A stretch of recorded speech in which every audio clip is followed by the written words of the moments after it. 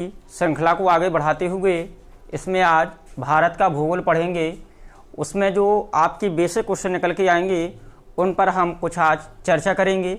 जो सभी प्रकार की जो एग्ज़ाम प्रतियोगी परीक्षाएं होती हैं उन पर आप देखेंगे आपको कुछ क्वेश्चन मिल जाएंगे, तो उसी पर आज हम चर्चा करने वाले हैं। तो सबसे पहले हम यदि भारत के भूगोल पर बेसिक चर्चा करें तो इससे क्या प्रश्न निकल के आ रहा है, इस पर आज आप चर्चा कर सकते हैं हमारे साथ। इसमें आप देखेंगे सबसे पहले भारत का भूगोल,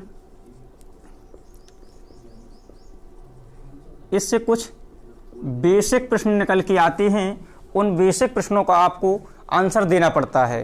देखिए, सबसे पहले आपने पढ़ा होगा वैगनर का महाद्वीपीय सिद्धांत।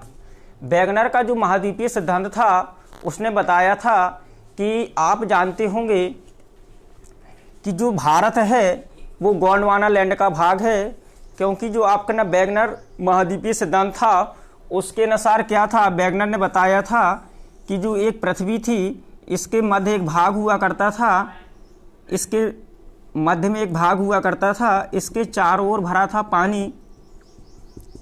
इस स्थल खंड को उसने बोला था पैंजिया, तथा इसके चारों ओर जो पानी भरा था, जो जल था, उसे बोला गया था पैंथालासा।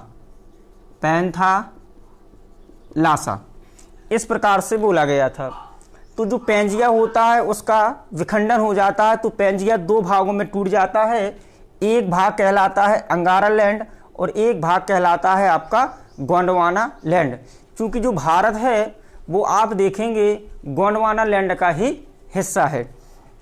एक बनेगा आपका अंगारा लैंड, जैसे मान लिया जाए ये टूट गया, इसके बीच में एक सागर था जिसे बोला जाता था टेथिस सागर। ये जल का भराव यहाँ हो गया था तो इसे बोला गया था टेथिस सागर।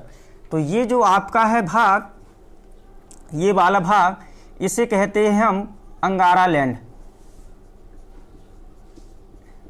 और ये वाला जो भाग है इसे बोला जाता है गोंडवाना लैंड। ये दो भाग हैं। तो जो भारत है वो गोंडवाना लैंड का ही हिस्सा है। तो यदि आपसे एक प्रश्न कह दिया जाए कि भारत किस भाग का हिस्सा है, तो आप बताएंगे वो गोंडवाना लैंड का ही हिस्सा है।